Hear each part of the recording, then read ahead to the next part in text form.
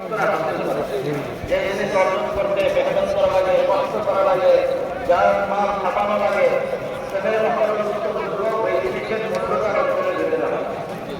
তার অন্তরের ভিতরে ওই জিনিসের মূল্য কদর হয়, মর্যাদা থাকে।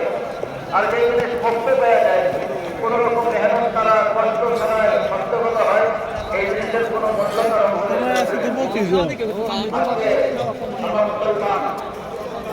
ইসলামের নিয়ামত পাইতে আর এই নিয়ামত পাওয়ার জন্য আমাদের কোনো কষ্ট করা লাগে, এটার কোনো মূল্য আমাদের অন্তরে ভিতরে নেই।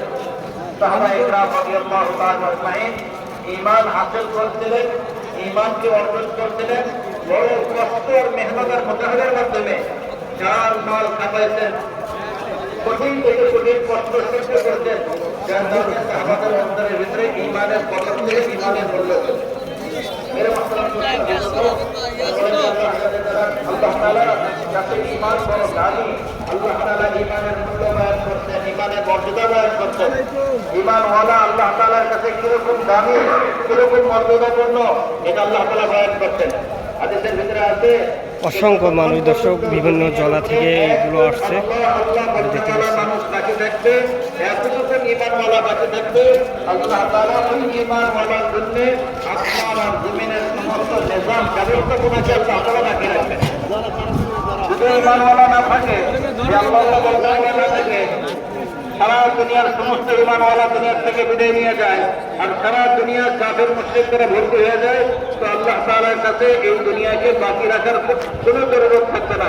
আল্লাহ তাআলা পুরো দুনিয়াটাকে ধ্বংস করে দেবে। তো ঈমানওয়ালা, একজন ঈমানওয়ালা, আমাদের সব ঈমানওয়ালা দুনিয়ার থেকে চলে গেছে, একজন বাকি আছে, যে শুধু আল্লাহ আল্লাহ বলে, এই ব্যক্তির খাতিরে আল্লাহ তাআলা সারা দুনিয়াটাকে বাকি রাখবে। তো ঈমানওয়ালা এরকম দামি আল্লাহ তাআলার কাছে।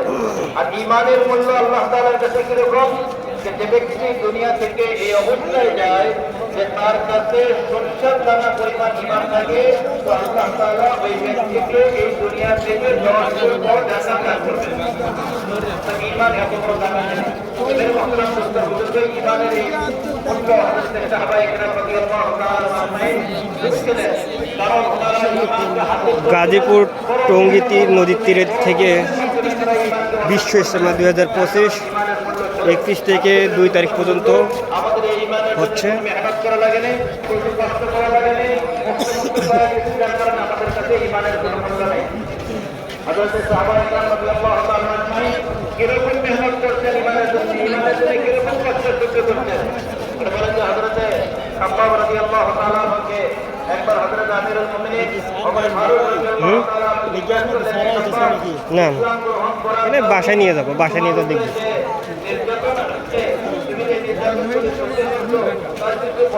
সারা কি নিষেধ আছে, নিষেধ আছে না?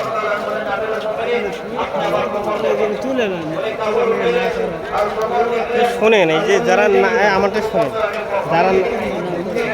যারা না করে, বুঝছেন, এখন প্রয়োজনে যেটা করবেন ওটা আমার মনে গুনার কাজ হবে না। প্রয়োজনে যদি আমি মনে করি আপনার টাকা পেলে ব্যাঙ্ক অ্যাকাউন্ট করতে ছবি তোলা লাগে না, আপনি ব্যাঙ্ক অ্যাকাউন্ট করতে এই প্রয়োজনে মানুষ যেটা করে ওটা গুনার কাজ হয় না।